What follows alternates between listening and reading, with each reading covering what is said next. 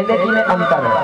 पहले के जो गुरु सिखाते थे, पढ़ना लिखना भी सिखाते थे, उसके साथ में हमारी सामाजिक संस्कृति के बारे में भी बताते थे। आज हम लोग सिर्फ पढ़ाई करते हैं, लेकिन सामाजिक पढ़ाई नहीं करवाता कोई, नहीं करते ना। हमारी रीति रिवाज, हमारी संस्कृति। आप लोग अगर पढ़ाई अकेले में ध्यान दोगे, आपके बेटा बेटी कभी आपका सम्मान नहीं करेगा। पढ़ाना जरूरी है, मान रहा हूं मैं। देखिए, पढ़ाइए, लेकिन पढ़ाई के साथ साथ अपनी संस्कृति को भी उनको बताइए, ठीक है। नहीं तो एमए फाइनल कर लिया लड़का, अगर आपने अपनी सामाजिक संस्कृति को नहीं सिखाया तो वो माँ बाप का कभी सम्मान नहीं करेगा। नहीं करेगा कि करेगा? इसलिए ये चीज भी बहुत जरूरी है। अगर उसको संस्कार नहीं सिखाए तो पढ़ने का कोई मतलब नहीं रहेगा। तो महारुई के ने क्या क्या सिखाया? यंत्र, मंत्र, तंत्र, प्रकृति के बारे में 52 लाख वनस्पति, 1.25 लाख झाड़ों के बारे में ज्ञान दिया कि कौन सा पेड़ से क्या होता है, कौन सी बीमारी में कौन सा पेड़ की दवा बनेगी। लाठी चलाना सिखाया, तलवार चलाना सिखाया, मल्ल युद्ध करना सिखाया, सारी चीज सिखाया। अब 12 ही भाई बहन सीख रहे थे। तो जो भीमाल पेन है, उसने सबसे ज्यादा सीखा यंत्र, मंत्र, तंत्र, लाठी चलाना, भाला चलाना, तलवार चलाना, ये सबसे ज्यादा सीखा बोलते हैं। और जो सबसे छोटी लड़की थी, जिसको चुलूरबाई कहते थे, उसने सबसे ज्यादा महारु गुरु जी से आयुर्वेदिक ज्ञान सीखा, जड़ी बूटियों का ज्ञान सीखा।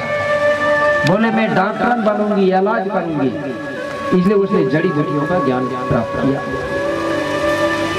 तो जब ये बच्चे पढ़ रहे थे, उसी समय बताते हैं जो भीमाल पेन है, उसने गुरु जी के सामने एक संकल्प कर लिया।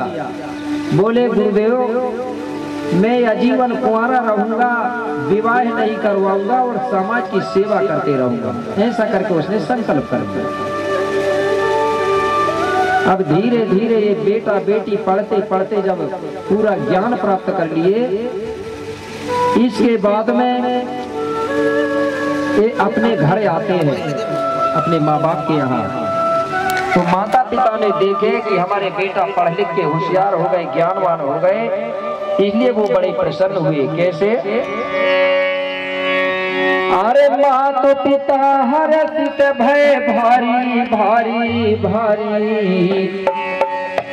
अरे यही विधि कछु दिन समय गुजारे, यही विधि कछु दिन समय गुजारे, यही विधि कछु दिन समय गुजारे, यही विधि कछु दिन समय गुजारे। तो माता पिता ने देखे कि हमारे बेटा बेटी पढ़ लिए, बड़े प्रसन्न भए और बड़ी प्रसन्नता के साथ, बड़े आनंद के साथ अपना अब समय व्यतीत कर रहे हैं। धीरे धीरे समय बीतते जा रहा है। बहुत प्रसन्न होते थे। क्यों होते थे प्रसन्न? कि हमारे बेटा बेटी अब पढ़ लिखे, इसलिए। अब धीरे धीरे समय बीतते गया। कुछ दिनों के बाद में जो कोतिमा दाई का भाई है, ये कहाँ रहता था? ग्रोलागढ़ का राजा था, जिसको लोहंडी गोटा राजा के नाम से जाना जाता था। लोहंडी राजा। तो लोहंडी राजा के पास धन दौलत भरपूर था, लेकिन मेरे भाई लोहंडी राजा के यहाँ लड़का नहीं था। लड़की ही लड़की थी, वो भी 2 लड़की थी, वो भी जुड़वा थी, लेकिन लड़का नहीं था। इसलिए राजा बड़ा दुखी रहता था। क्यों? राजा सोचता था अपने मन में कि प्राकृतिक शक्ति बड़ादेव ने मुझे धन दौलत सब कुछ भरपूर दिया है, लेकिन लड़का नहीं दिया है, इसलिए मेरा राज्य कैसे चलेगा? क्योंकि ये लड़की तो विवाह के बाद में दूसरे घर चली जाएगी। लड़का रहता तो मेरे बाद में लड़का इस राज्य का संचालन करता, इसलिए राजा दुखी रहता था। और आज भी जिसके यहाँ लड़की ही लड़की रहती तो बहुत से लोग हैं जो बड़ी चिंतित में रहते हैं। अब एक दिन राजा साहब गांव की अपनी प्रजा के सामने बैठ कर उनके साथ चर्चा कर रहा था। बोले बड़ा देव ने मुझे सब कुछ दिया, बोले लेकिन लड़का नहीं दिया है, इसलिए बोले रात दिन में बड़ा दुखी रहता हूँ, धन दौलत है तो क्या करें, लेकिन लड़का के बिना मुझे बहुत दुख सता रहा है, क्या करूं। बोले राज का संचालन कैसे होगा। गांव की प्रजा कहने लगी महाराज इतनी चिंता क्यों कर रहे हो, इतना टेंशन क्यों ले रहे हो। अपने समाज में तो ऐसी व्यवस्था है कि जिस राजा का लड़का भी ना रहे तो वो अपना राज्य का संचालन कर सकता है। बोले कैसे। अरे बोले महाराज तुम्हारी 2 लड़की है ना। बोले हाँ। तो बोले कोई भी एक लड़की के लिए घर दामाद ले आओ। बोले लम से ना समझते हैं ना, घर दामाद चलता है कि नहीं, हमारे चलता है। तो बोले कोई किसी को भी घर दामाद ले आओ, आप तो राजा हो, बोले कोई भी मिल जाएगा, कोई मना ही नहीं कर सकता। बोला राजा ने बोला बात तो ठीक है, लेकिन किसका लड़का लेके आ जाऊं, कौन देगा मुझे लड़का। बोले महाराज कहीं बाहर भटकने की जरूरत नहीं है। और बोले कहां से लाऊं। अरे बोले तुम्हारी जो बहन है ना लांजीगढ़ में कोतिमा बाई, उसके 7 लड़का है ना। बोले हाँ। तो बोले सबसे बड़ा लड़का को मांग के ले आओ। बोले वो अच्छा भी है, सुंदर भी है, हष्टपुष्ट है, बढ़िया है। बोले तुम्हारी बहन दे देगी ना। अब बोले पता नहीं मेरी बहन तैयार हो रही है नहीं हो रही है, लेकिन बोले ठीक है आप कह रहे हो तो बोले एक दिन हम वहां चलते हैं। राजा को बात पसंद आ गई। राजा ने समय बना लिया, दिन तारीख तय कर लिया कि कब चलना है। एक दिन राजा गांव के 4-5 लोगों को लेके और गिरोलागढ़ से प्रस्थान हो गया। कहां जाने के लिए, लांजीगढ़। अब राजा 2-4 लोगों के साथ कहां पहुंचा, सुबह सुबह के समय लांजीगढ़।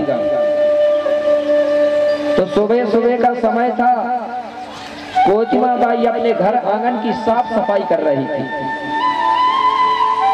कैसे